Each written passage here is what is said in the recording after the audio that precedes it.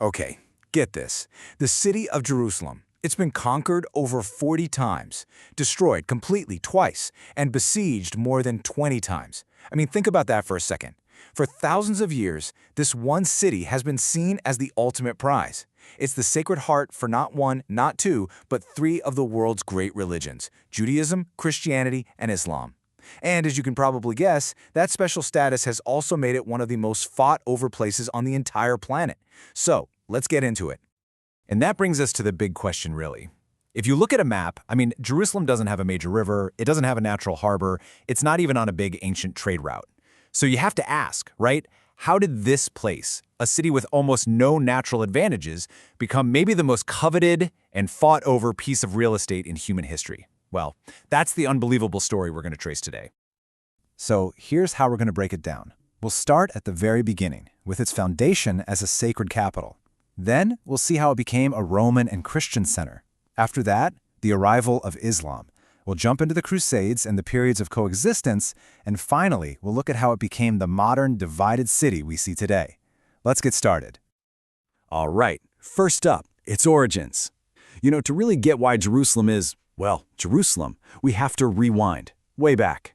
Back to its pretty humble beginnings as just a small settlement, tucked away in the rugged Judean mountains. A place whose destiny was about to change in a way nobody could have imagined.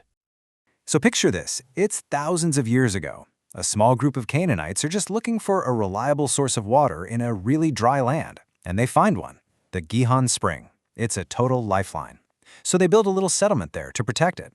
For centuries, this place, which was called Jebus back then, is kind of just there, living in the shadow of huge empires like Egypt.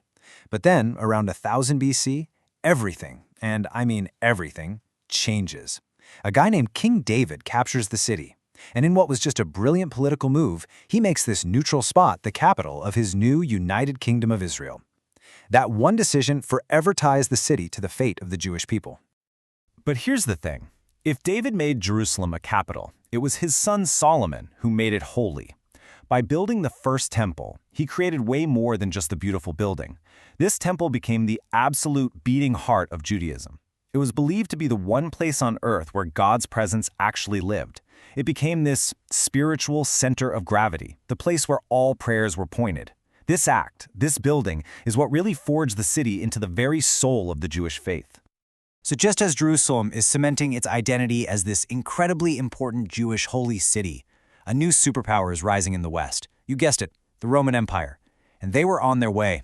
They would soon conquer Judea, and they'd bring their legions, their laws, and a brand new faith that was about to add another totally profound layer to this city's already complex story.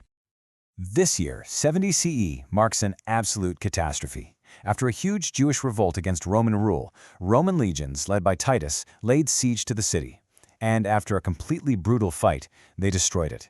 The Second Temple, which had been lovingly rebuilt after the exile in Babylon, was burned to the ground. For the Jewish people, this wasn't just a military defeat. It was a deep national trauma that's been mourned for nearly 2,000 years. And the only major part left standing? A section of the outer retaining wall. We know it today as the Western Wall, an incredibly powerful site of grief and prayer. But at the same time, under the shadow of that same Roman rule, a completely different story was taking shape. I want you to imagine a small group of followers huddled together, terrified. Their leader, Jesus of Nazareth, has just been executed, crucified by the Roman authorities. It looks like their whole movement is over, completely crushed, but then something happens that they see as a miracle. They come to believe that he has risen from the dead. And that single belief in the resurrection transforms Jerusalem. It goes from being the place where their leader died to the absolute birthplace of their new faith, a faith that, as we know, would eventually sweep across the entire globe. And this is where you really see how history in Jerusalem is just layered, one on top of the other. Centuries go by, and now the Roman Empire has its first Christian emperor, Constantine, and he orders a massive church to be built. And where does he build it? On the very spot that had been identified as Jesus' tomb. So for Christians, this place, the Church of the Holy Sepulchre, isn't just some old building. It's the most sacred place on earth. It's the physical spot of the crucifixion and the resurrection, a really powerful symbol of hope and new life.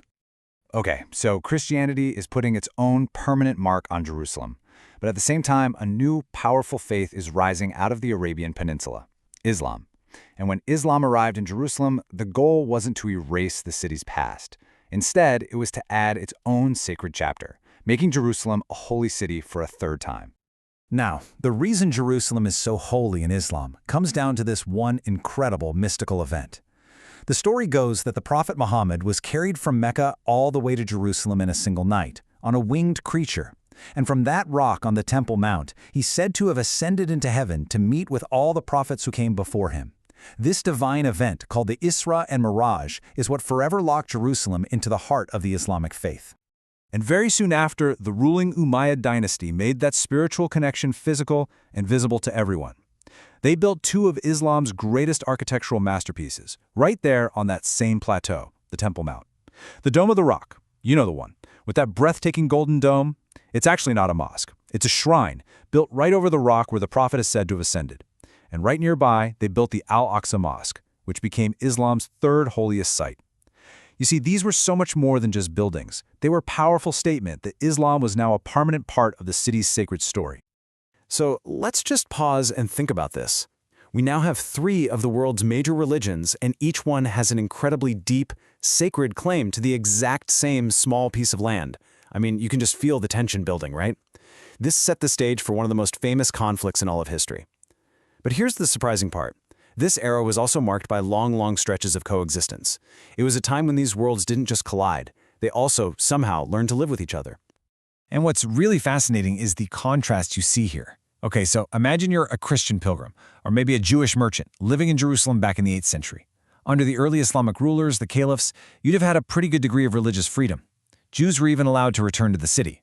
But then, you fast forward to the 11th century, and the whole vibe changes. A new, much more erratic caliph comes to power, and he starts persecuting non-Muslims. The final straw? In 1009, he orders the complete destruction of the Church of the Holy Sepulchre. I mean, can you imagine? That single act sent a massive shockwave of outrage all across Christian Europe, and it's really what planted the seeds for a holy war. So you gotta ask yourself, what would make someone leave their home in, say, France or Germany and march thousands of miles to go fight in a foreign land? Well, it was a really powerful cocktail of reasons. For some, it was genuine religious devotion, a promise of salvation. But for others, let's be honest, it was also about adventure, grabbing some land, and getting rich. So in 1099, the First Crusade captures the city in a really bloody conquest. But the little kingdom they set up was basically an island in a hostile sea. It was only a matter of time before it was retaken, which it was by the legendary Muslim leader Saladin in 1187. The whole Crusader era was incredibly violent, but in the grand scheme of Jerusalem's history, it was also surprisingly short. After all that chaos of the Crusader period, Jerusalem enters this remarkably long 400-year stretch of relative stability under the Ottoman Empire. And this was a really vibrant, cosmopolitan time.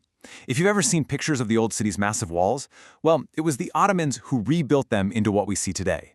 They also formalized the old city's four famous quarters, the Muslim, Christian, Jewish, and Armenian quarters. This created this really unique city where all these different communities lived, literally side by side. It was complicated for sure, but for the most part, it was peaceful. But that 400-year period of stability, it was completely shattered when the Ottoman Empire collapsed after World War I.